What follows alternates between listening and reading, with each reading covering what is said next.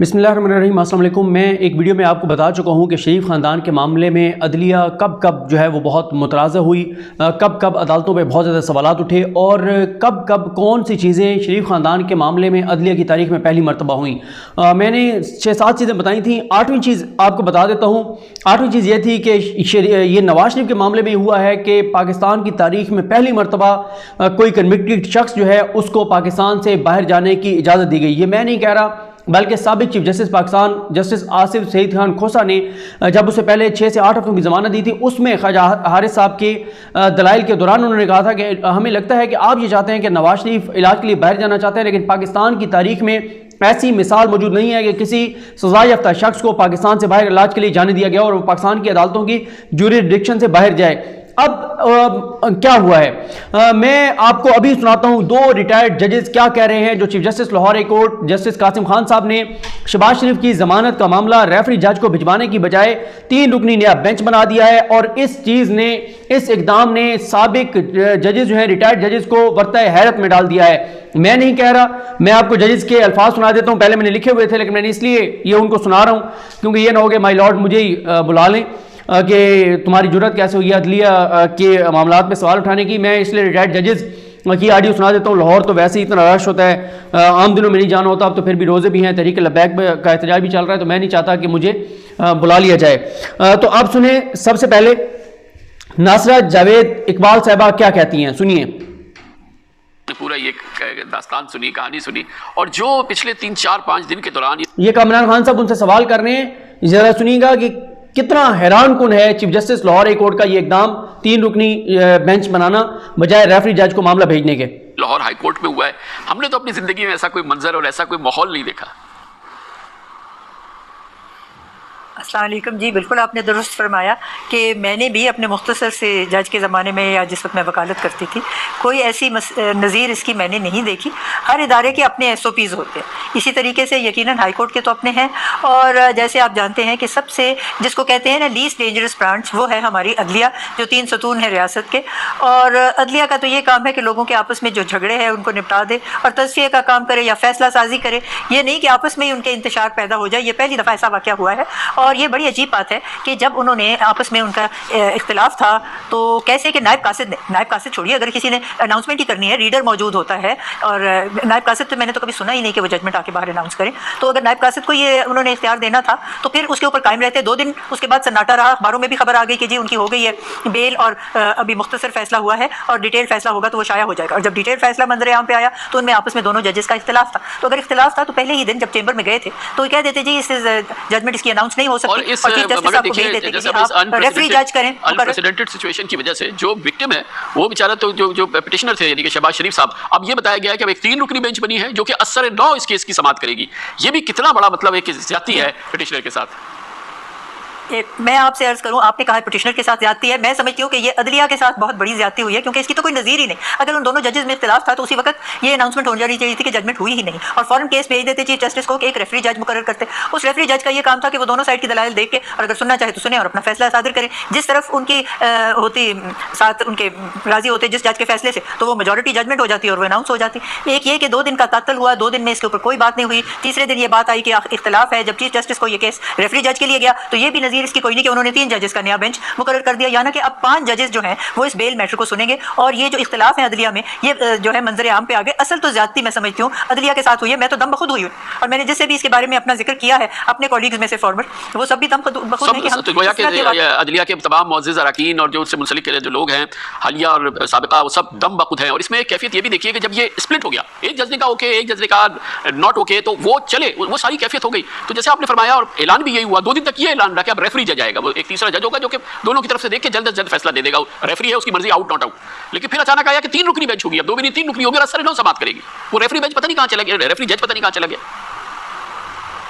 मालूम होता है मुकर्रर ही नहीं हुआ, यही 3 जजेस हुए। मैं अब दुआ करती हूँ कि अल्लाह ताला अंजाम बखैर करे, क्योंकि एक पहले जो आपने देखा था कि मुकन्नना में आपस में बहुत सारी बातों पर इख्तिलाफात हो रहे थे, सारा इंतशार फैला हुआ था। उसके बाद अदम तहफ़्फ़ुज़ का हमने देखा, इंतजामिया सूरत हाल है, किसी दिन एक बंदा मुकर्रर होता है, दूसरे दिन दूसरा, तीसरे दिन तीसरा, वहाँ पर भी इसी तरह की एक अदम तहफ़्फ़ुज़ का माहौल था। अब वो जो है वो एक ही हमारी कायम थी जो ऑर्गन ऑफ गवर्नमेंट थी, और वो थी अदलिया। और मुझे तो विंस्टन चर्चिल की वो बात याद आती है कि अगर हमारे मुल्क की अदलिया जो है वो एडमिनिस्ट्रेशन ऑफ जस्टिस कर रही है तो मुल्क में सब तरफ सलामती है। अब वहीं तो हम चाहते हैं कि कम से कम ये जो एडमिनिस्ट्रेशन ऑफ जस्टिस है या अदल-गुस्तरी का निज़ाम, इसमें किसी तरीके से कोई इंतशार ना आए। और मैं तो दुआ गो हूँ कि अल्लाह करे ये मामला जो है ये जल्द अज जल्द निपट जाए और इसके बाद ऐसा वाक़या कभी पेश ना आए। थैंक यू सो मच, बहुत बहुत शुक्रिया। ये आपने सुन लिया नासरा जावेद इकबाल साहिबा को, जो कि साबिक जज हैं लाहौर हाई कोर्ट के। और मुझे याद है एक दिन अजमत से शेख साहब ने एक बार कहा था, एक लाहौर हाई कोर्ट का कोई मामला था, उन्होंने कहा था ये वो लाहौर हाई कोर्ट नहीं है जो हम छोड़ कर आए थे, क्योंकि वो भी लाहौर हाई कोर्ट से आए थे। अब मैं आपको सुना देता हूँ कि शाइख उस्मानी साहब क्या फरमाते हैं। ये तो आपने नासरा जावेद साहिबा को सुना, अब आप शाइख उस्मानी साहब को भी सुन लें। हैरान कुन ये इकदाम है कि जो है वो 3 रुकनी बेंच बना दिया गया।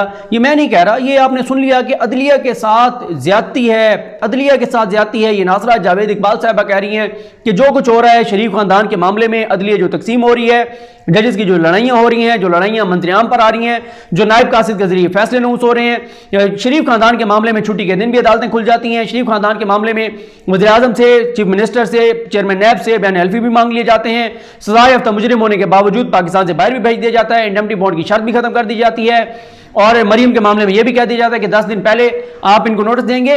तो ये सारी चीज़ें शरीफ खानदान के मामले में होती हैं। और अभी जो नया बेंच बना है उसमें मेरा ख्याल है जो जस्टिस आलिया नीलम साहब हैं, ये उस बेंच में भी शामिल थी जिसने सानिया मॉडल टाउन के ऊपर जो नई JIT बनी थी उसको मुअत्तल किया था, काम से रोका था।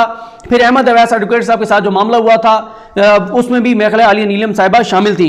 अब जरा सुनिए मुजीबुर रहमान शामी साहब ने जब सवाल किया शाइख उस्मानी साहब से, तो उन्होंने क्या जवाब दिया। अस्सलाम वालेकुम जी भाई साहब, जनाब ये बताइए कि यहाँ लाहौर में जो हुआ है शहबाज शरीफ साहब की जमानत के मामले में, तो रेफरी जज की बजाय फाजिल चीफ जस्टिस ने नया फुल बेंच बना दिया है। तो क्या इस तरह की अदालती नज़ीर मौजूद है कि मुकदमा जो है 2 जज फैसला सुना चुके हो, फिर उसकी असर न समात हो?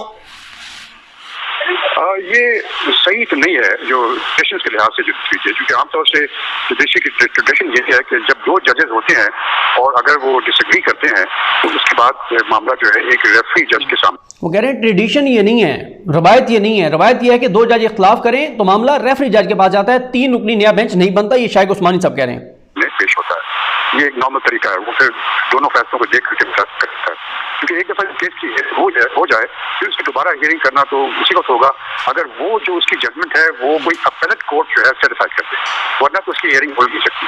तो ये जो एक्शन लिया गया है चीफ जस्टिस साहब ने लाहौर हाई कोर्ट के लिया है, इसकी नज़ीर तो कोई नहीं है, लेकिन बासूरत कानून के मुताबिक, प्रोसीजर के मुताबिक चीफ जस्टिस के पास राइट होता है कि वो एक नई बेंच कांस्टिट्यूट कर दे।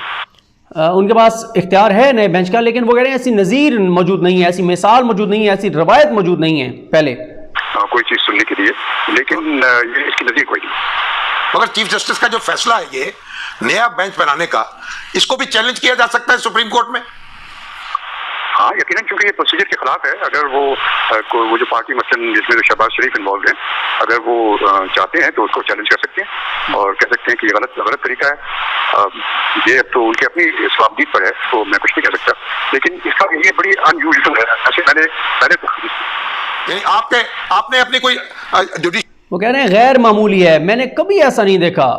ये शाइख उस्मानी साहब कह रहे हैं लाइफ में कोई ऐसी नज़ीर नहीं देखी इस तरह की। नहीं, ऐसी कोई नज़ीर नहीं। जो तरीका यही है, जब एक मसला हो गई उसके बाद फिर रेफरी इसका फैसला करता है। ठीक है, जस्टिस रिटायर्ड शाइख उस्मानी साहब, बहुत शुक्रिया आपके लिए। शामी साहब इस पर सुन लिया जनाब आपने, 2 रिटायर्ड जजेस ने सवालात उठा दिए हैं chief justice Lahore high court साहब के इस फैसले पर। मैं आपको ये पढ़ के भी बता सकता था, पॉइंट्स भी बता सकता था, लेकिन मैंने कहा गुस्ताखी ना हो जाए अदलिया की शान में, इसलिए उनकी आवाज़ मैंने आपको सुना दी है कि क्या कह रहे हैं। और बहरहाल अब एक जो मामला है जो उठाया असद गुराल साहब ने, उस पर नेक्स्ट वीडियो में बात करेंगे कि अब वो मामला शायद शहबाज शरीफ के लिए एक रिलीफ है कि अब वो फैसला डिस्कस नहीं होगा, जो कि क्योंकि दोबारा री आर्गू होना केस, तो अब वो डिस्कस नहीं होगा। वो फैसला जो असद गुराल साहब का था, जिसमें उन्होंने लखपति से अरबपति तक का शहबाज शरीफ का सफ़र जो है वो बेहतरीन अंदाज में बयान किया है, लिखा है, फैक्ट्स लिखे हैं, हैरान कुन तौर पर, ज़बरदस्त अंदाज में। उस पर नेक्स्ट वीडियो में मुख्तसर मगर जामे अंदाज में बात करते हैं। मुझे अपनी दुआ में याद रखें। अलकरीम हम सब का हामी नासरो। अल्लाह हाफ़िज़।